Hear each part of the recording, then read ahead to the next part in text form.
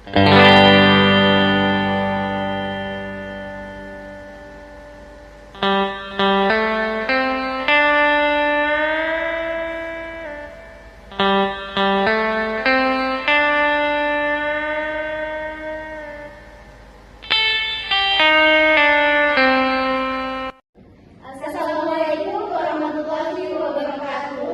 Salam sejahtera bagi kita semua. Perkenalkan, nama saya Nur Hatifah Hamsyah. Nama saya Septia Nuraini. Nama saya Rahmayati. Nama saya Helena Mami. Halo semuanya. Kami perwakilan presentasi dari kelompok 9 yang akan membahas mengenai ilmu kesehatan masyarakat dengan tema Indonesia Sehat. Baik, untuk mempersingkat waktu, saya mulai presentasi ini dengan penjelasan sebagai ini. Baik, pembahasan pertama mengenai apa yang dimaksud dengan Indonesia Sehat. Jadi, Indonesia Sehat itu merupakan upaya pemerintah untuk mewujudkan masyarakat Indonesia yang lebih sehat dalam mencakup beberapa hal. Yang pertama yaitu perilaku yang sehat dengan mendorong masyarakat untuk hidup sehat seperti berolahraga, makan makanan yang bergizi, dan tidak merokok. Selanjutnya yaitu lingkungan yang sehat dengan menciptakan lingkungan yang bersih dan sehat seperti membuang sampah pada tempatnya dan menjaga kebersihan air. Yang terakhir yaitu akses layanan kesehatan dengan memastikan semua orang memiliki akses ke layanan kesehatan yang berkualitas. Dari beberapa hal cakupan tadi, maka diharapkannya dapat meningkatkan kualitas hidup masyarakat Indonesia dan dapat mengurangi angka kematian yang terjadi akibat penyakit yang dapat dicegah. Lanjut ke pembahasan selanjutnya yaitu jelaskan persyaratan indikator kesehatan yang baik. Jadi, indikator kesehatan yang baik adalah tolak ukur yang jelas dan dapat diukur untuk menilai status kesehatan suatu individu, kelompok, maupun masyarakat. Indikator ini berfungsi untuk memantau perkembangan kesehatan, mengevaluasi program kesehatan, dan membantu membuat perencanaan kesehatan yang lebih efektif. Contoh persyaratan kesehatan indikator yang lebih baik. Yang pertama yaitu relevan. Indikator ini harus sesuai dengan tujuan yang ingin dicapai. Misalnya, untuk mengukur keberhasilan program imunisasi. Yang kedua yaitu valid. Indikator ini harus benar-benar mengukur apa yang ingin diukur. Yang ketiga yaitu handal. Indikator ini harus memberikan hasil yang konsisten jika diukur berulang kali dalam kondisi yang sama. Yang keempat yaitu sensitif. Indikator ini harus mampu mendeteksi perubahan kecil sekalipun dalam status kesehatan. Yang kelima yaitu spesifik. Indikator ini harus mampu membedakan antara kondisi sehat dan sakit. Yang keenam yaitu mudah dipahami. Indikator ini harus mudah dipahami oleh semua pihak yang terlibat termasuk masyarakat. Yang ketujuh yaitu mudah diukur. Indikator ini harus mudah diukur dan data yang diperlukan mudah diperoleh. Yang terakhir yaitu biaya efektif. Pengukuran indikator tidak boleh terlalu mahal sehingga dapat dilakukan secara rutin.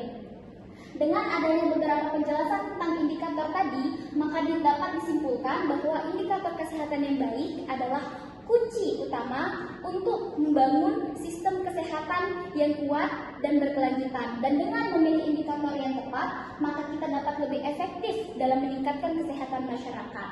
Baik, untuk pembahasan selanjutnya akan dilanjutkan dengan teman-teman kelompok saya. Baik, saya akan menjelaskan tentang 5 indikator yang sering digunakan untuk mengukur kesehatan Indonesia. Yang pertama, ada angka harapan hidup. Angka harapan hidup ini menunjukkan rata-rata usia yang diharapkan seseorang dapat hidup. Semakin tinggi harapan hidup, semakin baik indikator masyarakatnya. Yang kedua, ada angka kematian bayi. Angka kematian bayi ini diukur angka jumlah kematian bayi di bawah usia 1 tahun per 1000 kelahirannya. Indikator ini mencerminkan layanan kesehatan pada ibu dan anak. Yang ketiga, ada prevalensi penyakit menular. Prevalensi penyakit menular ini meliputi angka kejadian penyakit seperti tuberkulosis, malaria, dan AIDS. Menurutnya angka ini menunjukkan peningkatan kesehatan pada masyarakat. Yang keempat, ada akses terhadap layanan kesehatan. Akses terhadap layanan kesehatan ini, persentase penduduknya memiliki akses ke fasilitas kesehatan seperti rumah sakit dan puskesmas. Akses yang baik penting untuk pencegahan dan pengobatan penyakit. Dan yang kelima, ada status gizi masyarakat. Status gizi masyarakat ini diukur dari persentase stunting dan obesitas. Indikator ini mencerminkan pola makan, dan kesehatan secara umum. Baik, indikator-indikator yang saya jelaskan ini membantu para pemerintah dan layanan kesehatan untuk merencanakan dan mengevaluasi kesehatan di Indonesia. Terima kasih. Baik, pembahasan kita selanjutnya yaitu apakah Indonesia sudah mencapai Indonesia sehat? Jelaskan dan berikan contohnya. Jadi Indonesia sendiri masih dalam tahap proses untuk mencapai Indonesia sehat. Dan beberapa proses tersebut untuk mencapai tujuan sendiri seperti Jaminan Kesehatan Nasional atau JKN. Sejak diperkenalkan pada tahun 2014, JKN telah memberikan akses layanan kesehatan lebih dari 230 juta penduduk. Program ini membantu masyarakat, terutama masyarakat yang kurang mampu, untuk mendapatkan perawatan medis tanpa harus membayar biaya yang tinggi. Selanjutnya di sini ada program imunisasi.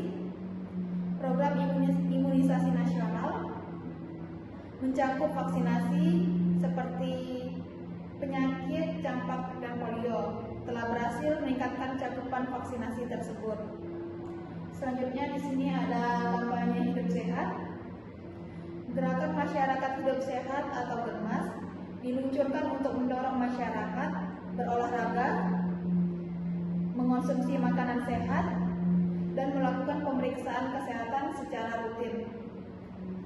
Kampanye ini telah berhasil meningkatkan kesadaran masyarakat akan pentingnya gaya hidup sehat di setiap individu maupun masyarakat. Dalam beberapa proses tindakan tadi, tentunya memiliki tantangan yang harus dihadapi, seperti ketidakmerataan akses layanan di daerah terpencil seperti di daerah Papua dan Nusa Tenggara. Akses terhadap fasilitas kesehatan masih sangat terbatas. Banyak daerah yang tidak memiliki puskesmas atau tenaga medis yang cukup. Selanjutnya di sini ada penyakit menular dan penyakit tidak menular. Meskipun penanganan penyakit menular seperti tuberkulosis sudah lebih membaik, namun kasus penyakit tidak menular seperti hipertensi dan penyakit diabetes masih terus meningkat di setiap manusia maupun di masyarakat. Selanjutnya di sini ada masalah gizi. Stunting atau akibat kekurangan asupan gizi masih menjadi masalah yang sangat serius. Ini menunjukkan bahwa masih banyak di Indonesia atau anak yang masih kurang asupan gizi. Saya akan menjelaskan tentang upaya-upaya apa saja yang dapat dilakukan untuk mencapai Indonesia sehat. Yang pertama, program Indonesia Sehat atau PSI. Program ini bertujuan untuk mendorong masyarakat mendapatkan layanan yang lebih tinggi lagi, berkualitas, dan tentu saja lebih baik. Yang kedua, Gerakan Masyarakat Hidup Sehat atau lebih sering disingkat GERMAS. Program ini merupakan tindakan yang sistematis dan terencana yang dilakukan bersama-sama oleh seluruh komponen bangsa untuk meningkatkan kualitas hidup. Salah satunya contohnya tidak merokok. Kedua, tidak mengkonsumsi alkohol. Ketiga, lebih banyak beraktivitas lagi. Keempat, lebih banyak memakan makanan sehat. Yang terakhir, kita bisa mulai dengan cara seperti menjaga lingkungan ya. Ini adalah pendidikan kesehatan di sekolah. Itu tuh penting untuk memberikan bimbingan, tuntunan kepada para peserta didik tentang kesehatan. Penting banget memberitahu anak-anak tentang apa itu kesehatan. Karena juga biasanya kita di sekolah-sekolah itu kita punya vaksinasi anak-anak usia dini gitu kan. Terus yang selanjutnya ada penguatan jaminan kesehatan atau JKN. JKN bertujuan untuk memberikan jaminan kesehatan yang menyeluruh bagi rakyat Indonesia tanpa terkecuali ya. Selanjutnya adalah peningkatan untuk fasilitas pelayanan kesehatan, khususnya di rumah sakit. Penting sekali untuk melindungi masyarakat, penerima maupun pemberi layanan kesehatan. Karena kita nggak bisa ya kalau misalkan melakukan pelayanan kesehatan dengan fasilitas yang tidak memadai, itu rasanya kurang baik. Selanjutnya adalah perbaikan gizi dan pemantauan kesehatan.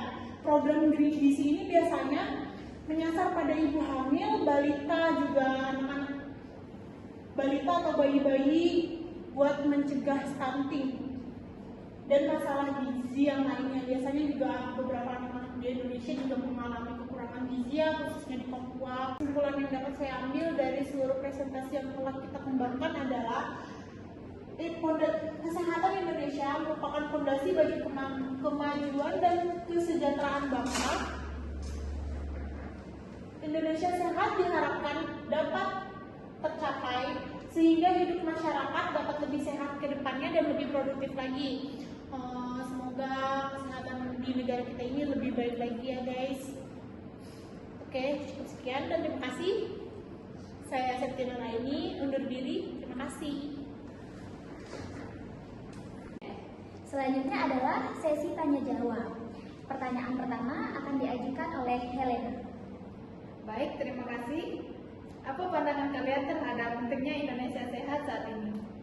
Baik, saya akan menjawab pertanyaan dari Helena. Seperti pembahasan pada teman kelompok saya tadi tentang materi yang keempat, yaitu Indonesia sehat sendiri pada saat ini masih dalam tahapan proses menuju kesehatan yang lebih baik. Jadi menurut pandangan kami tentang pentingnya Indonesia sehat itu tentu sangat penting bagi negara secara keseluruhan maupun individu. Dan dengan adanya masyarakat yang sehat, maka dapat meningkatkan kualitas hidup, produktivitas, dan ketahanan bangsa. Untuk sesi tanya jawab selanjutnya akan dilanjutkan dengan teman kelompok saya.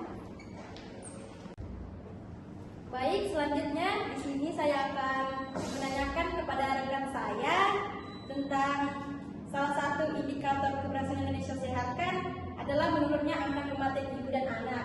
Nah, di sini pertanyaan saya, jelaskan strategi apa saja yang bisa dilakukan untuk menurunkan angka kematian ibu dan anak dalam konteks program Indonesia Sehat.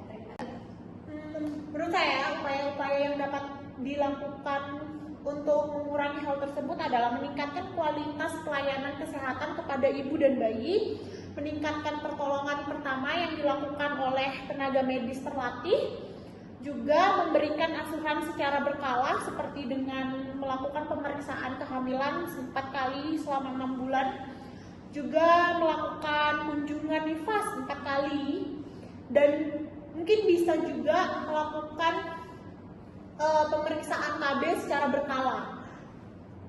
Itulah beberapa upaya-upaya yang dapat saya paparkan di sini.